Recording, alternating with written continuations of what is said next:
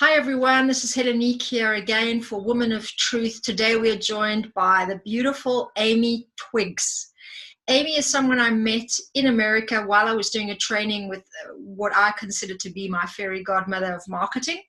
And we had a really great exchange. And as you know, I always cherry pick the ladies that I speak to. Just really admired Amy's go-to active personality, very charismatic. And I really loved something else about you, Amy, where you're just somebody that gets done what needs to get done. Then I found out you're a mother of four and you actually train athletes. So you've had your own experience in the past of being someone who's very dedicated and very disciplined to something you're really passionate about. So I wanted to speak to you a little bit more about your own personal truth and some of the things that you learned from in your life. And of course, whatever else pops up would be lovely to hear about, but I know our time is measured. So thank you for bringing your beautiful wisdom and personality to us, and welcome. Thank you for joining. Thank you, Helen.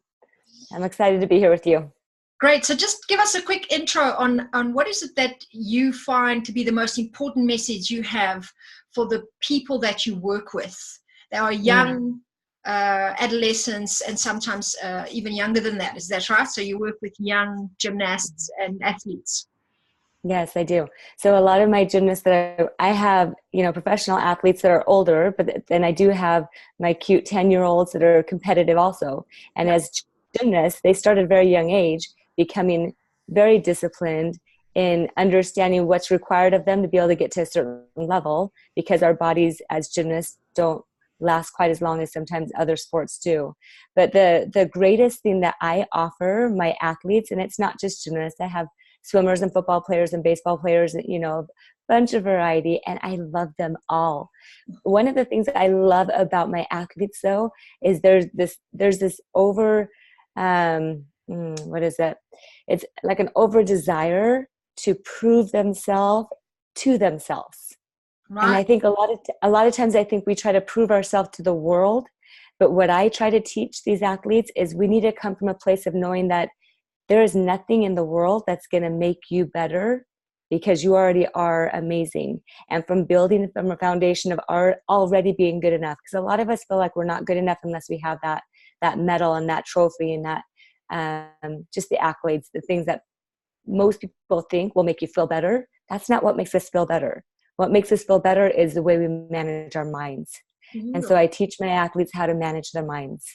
Amazing. So tell us about your experience doing that. What was for you the biggest learning challenge in your life, where you had the biggest breakthrough, and what did you learn? There are so many lessons that I've learned. I really do think that sports gives you a little bit of a, what's it called, kind of a shot of being able to learn some of these life lessons a little quicker, because you fall down and you get up, and you fall down and you get up. And if you stay down, you're done with the sport, So you learn resilience really well and really quickly at a young age, that if I want to get anywhere, I can't let things get me down for very long. I've got to be able to bounce back up.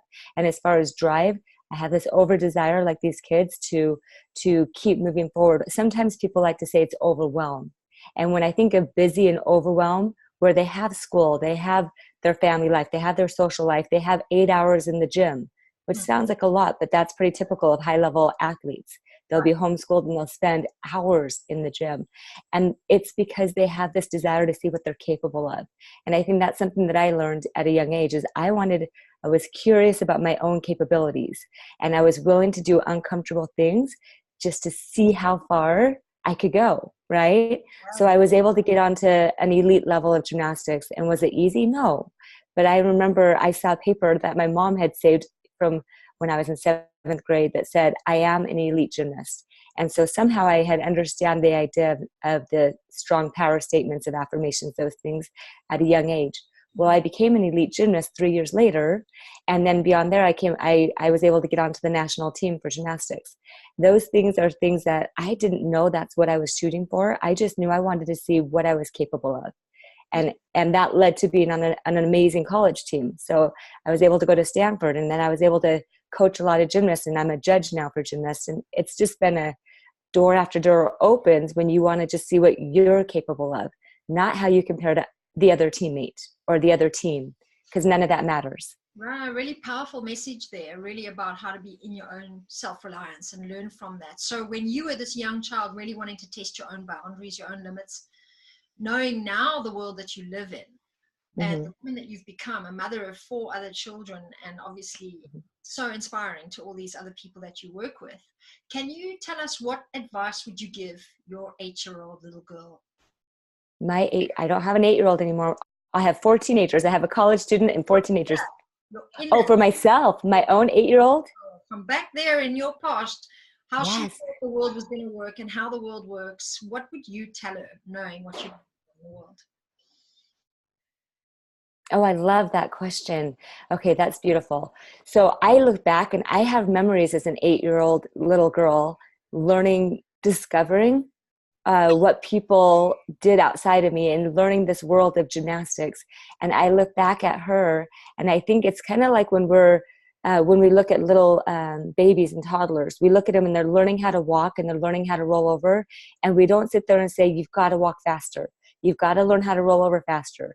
You need to do this if you want my love. We don't place those conditions on them. But there's some point where we do this to everybody else and to ourselves, where all of a sudden we think, if you were just doing this, if you had this, if you were capable of creating this in your life, then you would be amazing. So there's some point where we do a shift. And in that shift, all of a sudden it becomes, instead of just enjoying what we're doing in the moment, it's, are people watching me? Am I capable? Am I good enough? So I look back at that 8-year-old gymnast going, she just loved doing handstands. There was nothing else that mattered except for being upside down on her hands. And that is a love that comes innately. And it's not because somebody says you have to get to the next level to be good enough. And I think that is what I try to teach my athletes is, you remember that person when you were a little baby, you were 100% inherently valuable, and you need to maintain that value throughout your life, because there's nothing that can take that away from you. There's no person or thing or reward that's going to make you feel less than or greater than. So that's what I see. Yeah. And when you were young, you just loved doing it, right? But I'm Oh, yeah. also imagining that you saw the world a certain way. And now as an adult woman, do you still see the world the same way? Is there anything different about the world that you live in now that you didn't see as a child? And what is that difference? Well, I think a lot of it is the cognitive shift that we have with the age, with as we grow up. But in a lot of ways, being different now is just life experience. Where I look back and I'm not childish anymore, but I still want to be childlike in that I want that love and that passion that children have for everything they do. But now I see this world as, and my life as, the opportunity. The beauty of being human is that we have the ability to think about our thoughts. And when I was a child, I didn't think about my thoughts. I just enjoyed whatever was presented to me in the moment. Well, now whatever's presented to me, I can either extract pleasure from life, which leaves me feeling disappointed, or I can generate pleasure in my life at any time, because I know how to manage my thoughts and create my emotions. And whatever emotion I choose to have, which I didn't realize as a child I had that power, but now I realize I have this power that whatever emotion I choose to have will create an action that's going to give me any results I want, and I'm in control of that. There's nothing that is at the effect of my life. I get to choose it all. When you look at the way young girls are coming into the world and living in the world, and young boys, maybe now in our time, in our generation, things are different. Maybe in the States, things are pretty equal for boys and girls. And still, this question sits here as a really important one. What do you think is the biggest lie that young women believe, or women believe in their lives, that is not true? And what is the truth? I think the biggest lie that we have is this perfectionism, that it's kind of like the carrot dangling in front of you. And once you get that carrot, you're going to feel amazing. I think that's just a lie, because once you get that carrot, then what happens is there's another carrot, and your brain is saying, hey, if you just do this, then you're going to feel great. But then as soon as you get it, that your brain goes, oh, wait a second, I'm just kidding. You have to get this far to feel great. And then you have to get this far to feel great, which I think is the biggest lie, in that you can feel great right now. You don't have to do anything. Those kinds of carrots, and there's something about the perfectionism in us that's been trained a little bit achieving, getting, proving ourselves a little bit more than men, right? So the whole movement now of young women, I mean, you were at this incredible event with me, which was again for women, and there's so many of them. What do you think about this whole movement, and what would you add to that? So sorry, what would I add to the movement? Is that what you're saying? Yeah, like what do you think about all these women's groups gathering up, all these different movements that have happened through time about supporting women? Because we're not just talking about the truth for everybody. I spoke with a woman today who does a lot of radio shows, and she was talking about the whole world could benefit from being more transparent, more truthful, more genuine, to really know, you know, who we are, and to be able to be proud enough to offer that to the world instead of hide parts of us away. But we are looking at how women do more of that, or women do a certain kind of that, to understand something about the deeper truth of women and what women are really here to bring at this time in the world. So many movements are coming together to help women in many ways, professional, personal. What do you think about that? And what would you add, or what do you think is useful to notice about all of that? I think women have a clear sense of what's important. And so sometimes women have the power to be the CEOs and the people at the top of every company, because they do have a clarity on what's important. But at the same time, because of that important vision, they don't need to be there all the time. I think the women have the power. We see a lot of women standing up because they're able to articulate their thoughts. They're able to say what they want to say and do what they want to do. At the same time, they realize there's a balance, that they need to be the nurturers of people around them. They don't just have to spend 80 hours in the corporate field. That's not something that they have to do to feel okay and to feel like that they are contributing in the world. The way that they're contributing is by lifting everybody around them. And it's not just about the number sign at the end of the day. You know, I really think there's this power of wanting to help other women become their best selves. And I think that's a beautiful thing.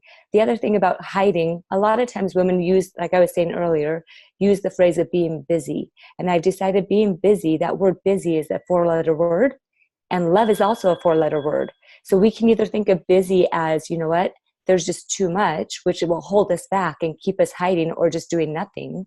Or we can think, I am loving everything I'm doing, which will help you look outside yourself and build up everybody around you, which I think a lot of women are recognizing that part of it. Busy, it's just not a word that I think really helps anybody produce anything. But there's women looking beyond busy and looking to actually love who they are, what they're doing, which drives an action of lifting everybody around them, creating these amazing businesses because of this desire to feel like they're taking care of themselves, and they want to help other people feel that same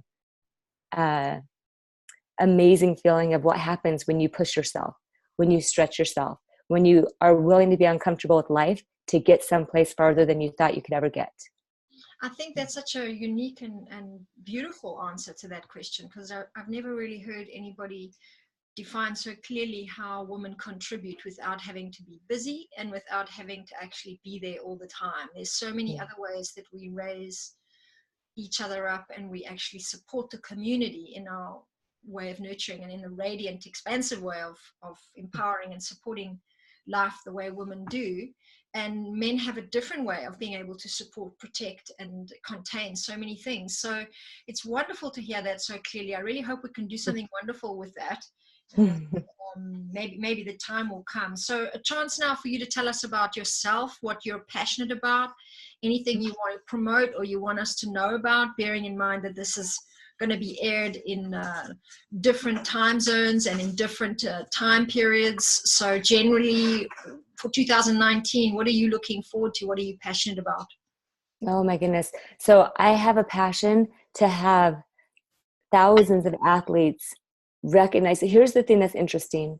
When I coach and when I judge and when I'm spending time with athletes, you would think have the most confidence in the world. So what I do is I'm a confidence coach. And what happens is people think that confidence comes from, like I said, the trophy. When in fact you have these Olympians, and I talk to many other national team members, people who are highly competitive, amazing athletes who have spent hours refining their minds and their bodies to do what they wanted to do. And yet they have very little confidence, because confidence isn't from the win. Confidence does not, you can win, and you can have no confidence, which is just amazing. You can be completely depressed and yet be winning these huge, huge events, right? So what I'm trying to do, what I love to do, is bring these athletes in on these group calls, and I do free sessions with them just to make sure they understand that everything that we're creating in our life, we're creating. Every result we have is because of our own choices, that we are in charge, that we have this ability to decide how we're going to think. And by managing our thoughts, not only do we learn to manage our thoughts, but we learn to be willing to feel anything we want. By feeling anything we want, we become capable, and that capability, that skill set, creates the confidence. So the confidence comes from creating what we want. So what I'm trying to do is teach these athletes, it's not about the win, but if you want to win, you can, from a place of, hey, let's teach you what confidence is, which is learning to trust yourself and saying, I'm going to do this, and you actually do it. And self-doubt comes from saying, I'm going to do this, and then hesitating. Right. That's where the doubt comes in. That's the opposite of confidence. Right. And I want athletes to understand confidence is showing up for yourself every time, even when it's hard, even when you don't want to. And that's what's going to build the confidence. That's what I'm trying to teach these guys, is what confidence really is, which is just, we don't trust other people. They can't earn our trust. Trust is about ourselves. And so when we can learn to trust ourselves fully, then our confidence is unlimited. And I think the confidence part is a huge, huge underlying theme that you think athletes have, and they just don't. When I say, hey guys, how's your confidence? What do you want today? They all say, we just want to feel more confident. I said, isn't that interesting? So the groups with the athletes is a space where they can really learn a lot of what psychology's looked into that for so long, this whole important area of what we call unconditional regard for emotion. Like, how do you really just be in your feelings and let your feelings, the emotional intelligence really of every human being, is profound, and it's unique, and it's designed to guide us. It's like a guiding system. So you're actually teaching them that and how to trust that more, because we do have a lot of distrust of it in the world. And also they're learning how to become much more strengthened by their own internal power, their own internal voice. 3 words from you to finish our interview. 3 powerful words that mean the world to you, Amy. What would they be if you were sending them out to everybody listening, all the women in the world that are never going to get a chance to even own a computer, let alone watch a video like this? These 3 words are also like what I sometimes call a vibrational send out to the world from Amy Twiggs. What would they be? They can be connected, they can be separate, and you can tell us why you chose them. Okay, let's think. 3 words, not 3 phrases, huh? So 3 words would be, so I would say focus, which is redirecting your brain, redirecting your thoughts, right? Because we use, I'm doing a little more than 3 words, but we have the evolutionary psychology and these tools that come from thinking that we have to live in our past. So I would say future. So focus, redirect your thoughts, and future focused. Make sure you're not looking to your past to decide how you can be today. Because when you're looking at your past, you don't know what you're capable of. Today is totally, your past doesn't matter, but your future does, and your future's limitless. So be focused, be future focused. And then the other one would be abundant, live an abundant life, knowing that you already have everything that you need to enjoy life, that it all comes from within. You don't need another thing. So focus, future, and feel abundant. Beautiful. So get your eye on the future, what you really hope to achieve, what you can become, not who you once were, what you're stuck with from the past. Make sure you're focused, really redirecting your attention where you want to be going, and learning to fill yourself up, get really full with life. Find what you need inside of you instead of looking outside and getting whatever reaction you hope to be getting from everyone else. Get it rather. Exactly. Thanks so much, Amy. You've been you're so welcome. All of fire in the shortest time, and thanks so much for dedicating yourself to this 20-minute session without knowing much about it and much about us, just giving your best wisdom. Thanks so much, and I look forward to supporting your work further. Oh, thank you, Helen. Bye-bye.